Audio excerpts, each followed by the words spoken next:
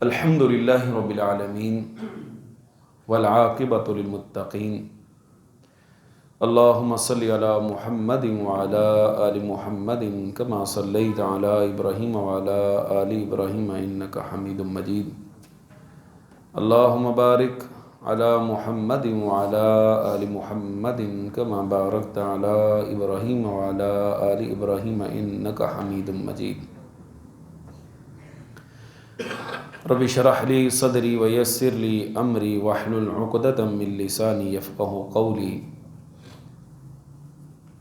سبحانک لا علم لنا الا ما علمتنا انک انت العلیم الحکیم اللہم انفعنا بما علمتنا وعلمنا ما ينفعنا وزدنا علما۔ باب ہے موت الفجأتی، ناگہانی موت کا بیان، اچانک موت کا آ جانا۔ عن عائشہ رضی اللہ عنہا، ام المؤمنین سیدہ عائشہ رضی اللہ تعالی عنہا سے مروی ہے، ان رجلا قال للنبی صلی اللہ علیہ وسلم، ایک آدمی نے آقا علیہ الصلوۃ سے یہ بات کہی، ان امی افتتلت نفسها، کہ میری والدہ کا اچانک انتقال ہو گیا ہے، وَأَظُنُّهَا لَوْ تَكَلَّمَتْ تَصَدَّقَتْ، اور مجھے یقین ہے کہ اگر وہ بول سکتی تو ضرور صدقہ اور خیرات کرتی۔ فَهَلْ لَهَا أَجْرٌ إِن تَصَدَّقْتُ عَنْهَا، تو کیا میں ان کی طرف سے اگر صدقہ دوں تو انہیں کچھ ثواب ملے گا؟ قَالَ نَعَمْ، آپ نے فرمایا ہاں، ضرور اجر ملے گا۔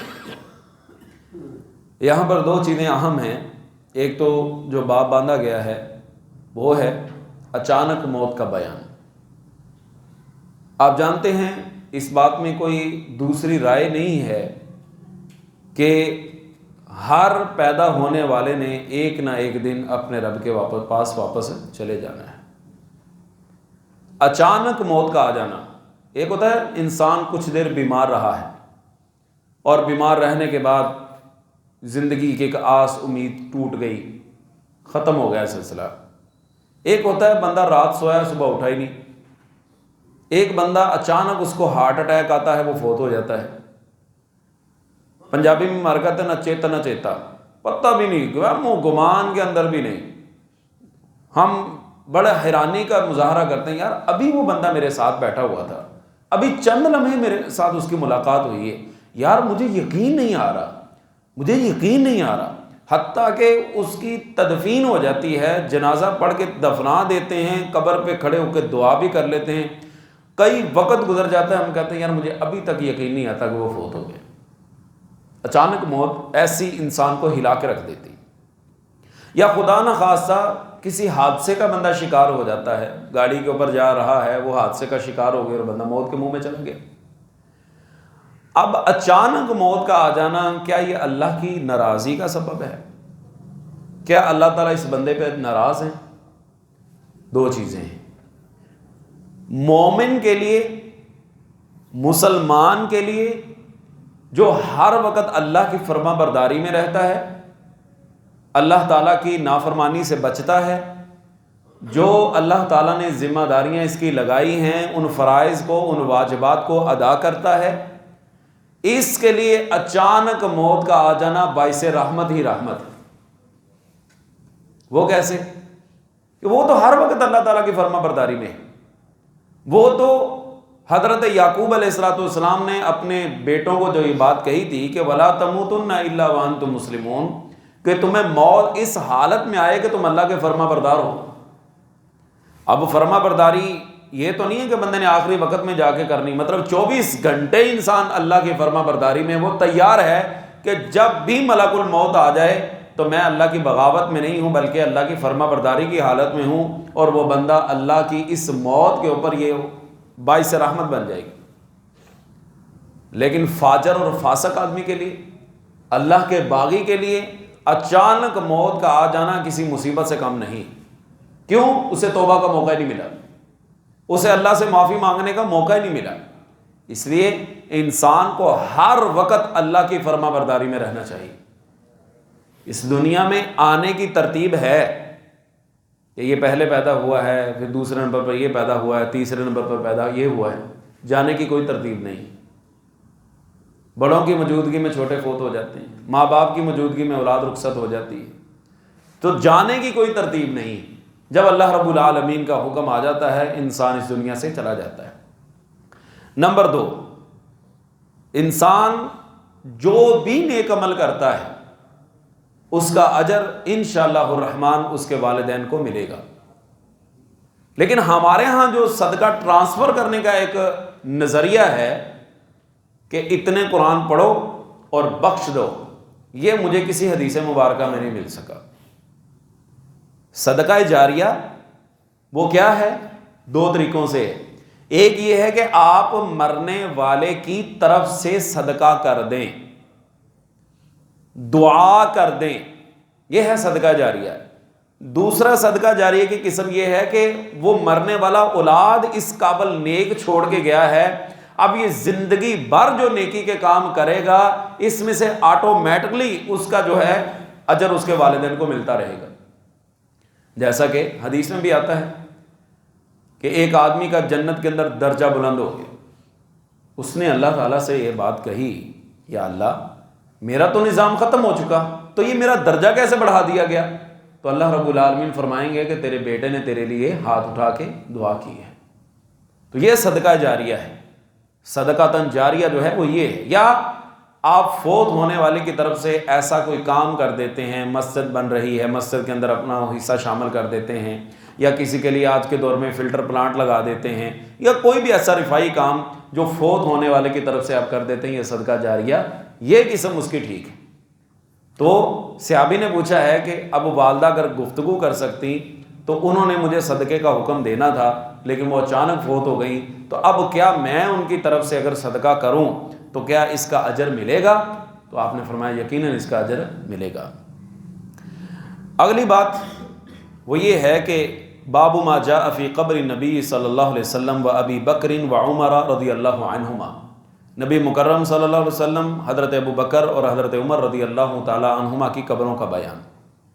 وعنہا رضی اللہ عنہا قالت، ام المؤمنین سیدہ عائشہ رضی اللہ تعالی عنہا ہی سے مروی ہے، ان کان رسول اللہ صلی اللہ علیہ وسلم لیتعذر فی مرضہ، آپ اپنی مرض وفات میں بار بار اظہار خیال فرماتے، این انا اليوم، میں آج کہاں ہوں گا، این انا غدن، میں کل کہاں ہوں گا، استبطاء لیوم عائشہ، آپ میری باری کو بہت دور خیال کرتے تھے، آپ کی خواہش یہ تھی کہ میں عائشہ کے پاس چلا جاؤں، عائشہ کے ہاں چلا جاؤں۔ فلما کان یومی، اما جان بیان کرتی ہیں کہ جب میرا دن آیا، میری باری آئی، قبضہ اللہ بین سحری و نحری، میری گود اور میرے سینے کے درمیان میں رسول اللہ صلی اللہ علیہ وسلم کا سر مبارک تھا، اور اسی حالت میں آپ اللہ کے پاس چلے گئے۔ وَدُفِنَ فِي بَيْتِي، اور آپ کی تدفین جو ہے وہ میرے گھر میں ہی ہوئی ہے۔ جس جگہ پہ نبی کی رہائش ہوتی ہے عام طور پر نبی کو وہیں پہ وہ قبر کے سپرد کیا جاتا ہے۔ ہمارے ہاں ایک بات بڑی مشہور ہے کہ حضرت ابو بکر رضی اللہ تعالیٰ عنہ آپ کے دائیں طرف ہیں اور حضرت عمر فاروق رضی اللہ عنہ آپ کے بائیں طرف ہیں، حالانکہ یہ غلط ہے، یہ غلط ہے۔ آپ صلی اللہ علیہ وسلم لیٹے ہوئے ہیں جس قبر مبارک میں، اس کے ساتھ سیدنا ابو بکر رضی اللہ تعالیٰ عنہ کی، اور اس کے ساتھ ہی حضرت عمر رضی اللہ تعالیٰ عنہ کی۔ دائیں بائیں والا کنسپٹ غلط ہے، اکٹھی قبریں ہیں، آپ صلی اللہ علیہ وسلم، حضرت ابو بکر رضی اللہ تعالیٰ عنہ اور حضرت عمر رضی اللہ تعالیٰ۔ تو یہاں پہ اس طرح آپ صلی اللہ علیہ وسلم کے ساتھ یہ 2 قبروں کی مزید گنجائش تھی، وہاں پہ شیخین کریمین رضی اللہ عنہما کی قبر مبارک ہے۔